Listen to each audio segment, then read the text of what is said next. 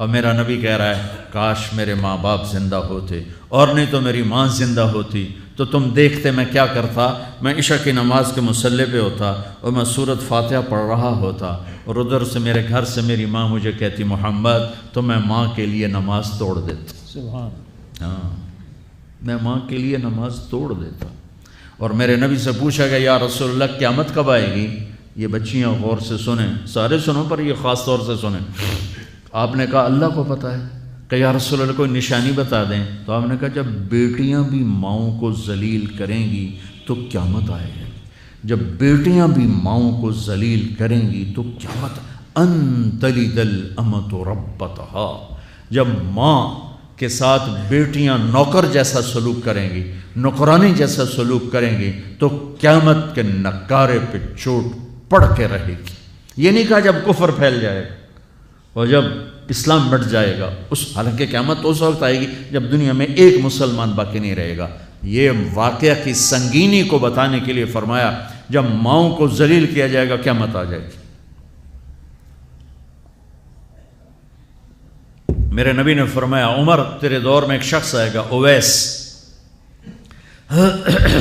اس کا قبیلہ ہوگا مراد، آگے سب کاسٹ ہوگی قرن، اویس بن عامر، اسے دعا کروانا، وہ کالے رنگ کا ہوگا، چھوٹے قد کا ہوگا، اور اس سے دعا کروانا، دعا تو بھی کروانا، علی تو بھی کروانا، علی اور عمر اویس ان کے لیے دعا کریں۔ انہوں نے پوچھا کیوں؟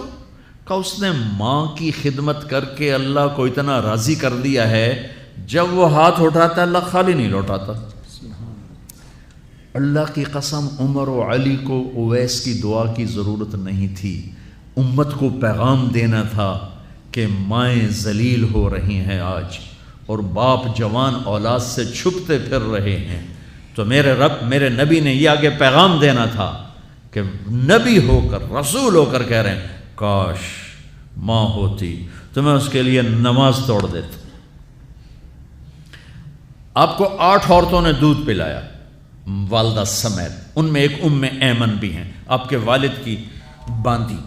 تو گھر میں تشریف فرما تھے، ایمن بیٹھی تھی حضرت عائشہ، تو ایمن کہنے لگی یا رسول اللہ پانی تو پلا دیں۔ تو اللہ کے نبی ایک دم اٹھے تو حضرت عائشہ ناراض ہو گئی، ایمن اللہ کا رسول کو کہتی پانی پلا، تو اور کیوں نہ کہوں، میرا بیٹا ہے، میں نے دودھ پلایا ہے۔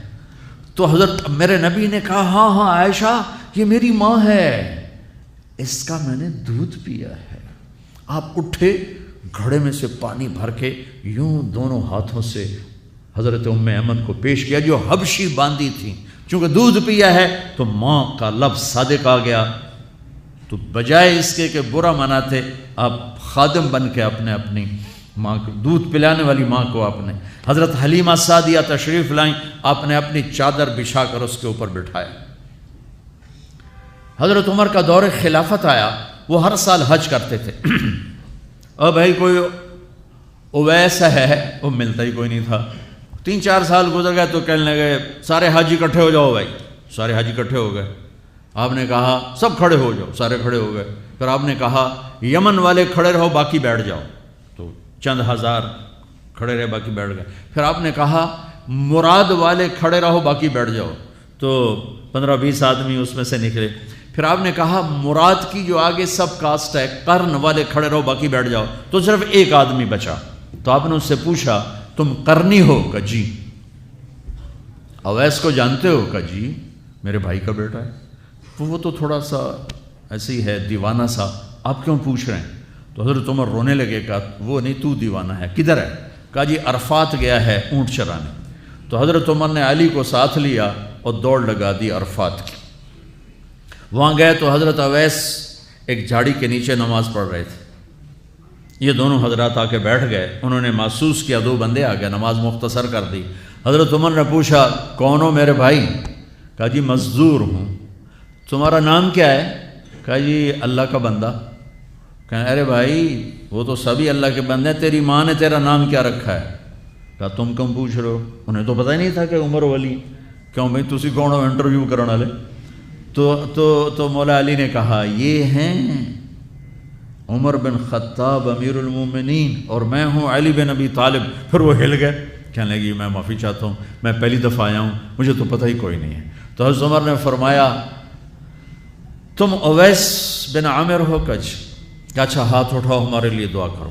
وہ کہنے لگے آپ کیا کہہ رہے ہیں، یہ آپ کیا کہہ رہے ہیں، میں آپ کے لیے دعا کروں گا، میری کیا اوقات ہے؟ کہا ہاں ہمیں ہمارے نبی نے فرمایا تھا عمر علی جنت میں تیرا گھر میرے گھر کے سامنے ہوگا، اس کے بعد کسی کی دعا کی ضرورت ہے؟ عمر میں نے جنت میں محل دیکھا، میں نے پوچھا کس کا ہے، مجھے کہا گیا قریشی کا ہے، میں سمجھا میرا ہے، جانے لگا تو کہا گیا عمر بن خطاب کا ہے، ان کو اویس کی دعا کی ضرورت ہے؟ میدان عرفات میں 1.25 لاکھ صحابہ کے ساتھ آپ اونٹ پہ تشریف فرما ہیں، اونٹنی پر، تو آپ نے فرمایا اس وقت میرا اللہ میرے صحابہ پہ فخر کر رہا ہے اور عمر پہ خاص طور پہ فخر فرما رہا ہے۔ ہمیں پیغام دینا تھا، آنے والے زمانوں میں یہ ہونا تھا۔ سبحان اللہ۔ امام ابو حنیفہ کا نام تو سب کو معلوم ہے نا، ایک اور عالم بتاتا ہوں، عبد الرحمن بن ابی لیلہ، ان میں علمی کھٹ بڑھ تھی بہت زیادہ، آپس میں بنتی نہیں تھی۔ تو ابو حنیفہ جیسی ہستی جن کے کروڑوں فالوور آج ہیں، ان کی ماں کہتی نعمان یہ مسئلہ ہے، جا کے عبد الرحمن سے پوچھ کے آ۔ زندگی میں ایک دفعہ نہیں کہا ماں جی میں اس کو بڑا عالم ہے میرے کو پوچھ لو، کہا اچھا ماں جی، اپنی چادر اٹھاتے اور پہنچ جاتے دروازے پہ دستک دے کے بھائی مجھے میری اماں نے بھیجا ہے، آپ اس پہ فتویٰ، حالانکہ ان کی اپنی رائے اس کے خلاف ہوتی تھی، لیکن ماں کے احترام میں جا کر ان سے مسئلہ پوچھتے جن سے روزانہ مناظرہ ہوتا تھا، روزانہ کھٹ پٹ ہوتی تھی علمی، ماں نے کہہ دیا جا کر ان سے پوچھ کے آتے تھے، اپنی اتنی بڑی علمی قدر و منزلت کو ایک طرف رکھ دیتے تھے، نہیں میری ماں نے مجھے کہا ہے۔ تو آپ سب نوجوان ہو، ماں باپ زندہ ہیں تو ان کی دعا لو، آہ نہ لو، دعا لو۔ مجھے یاد آیا میرے والد رحمۃ اللہ علیہ کا ایک دفعہ مجھے خط آیا کہ جب پیسے ختم ہوتے ہیں اسی وقت ہی تمہارا خط آتا ہے کہ پیسے بھیج دو، کبھی آگے پیچھے بھی بتا دیا کرو زندہ ہیں کہ مردہ ہیں۔ تو تعلق ہی نہیں تھا، صرف پیسے تک تھا، ابھی پیسے گھال دو پیسے، اب تو خط کی ضرورت نہیں ہے، فون پہ ہو جاتا ہے، اس وقت یہ خط ہوتے تھے۔ تو میرے والد نے گلے کا خط لکھا، مجھے افسوس ہونا چاہیے تھا، میرے اوپر جوں بھی نہیں رہی، ہم نے والدین کی عظمت کو پڑھا ہی نہیں ہے، وہ تو در مصطفیٰ سے یہ چیز ملتی ہے، محمد مصطفیٰ کے در سے یہ سبق ہمیں مل رہا ہے۔ رقم بھیجنے کے لیے وزٹ کریں ہماری ویب سائٹ یا براہ راست بینک اکاؤنٹ میں ٹرانسفر کریں، بذریعہ جاز کیش بھیجنے کی سہولت بھی موجود ہے۔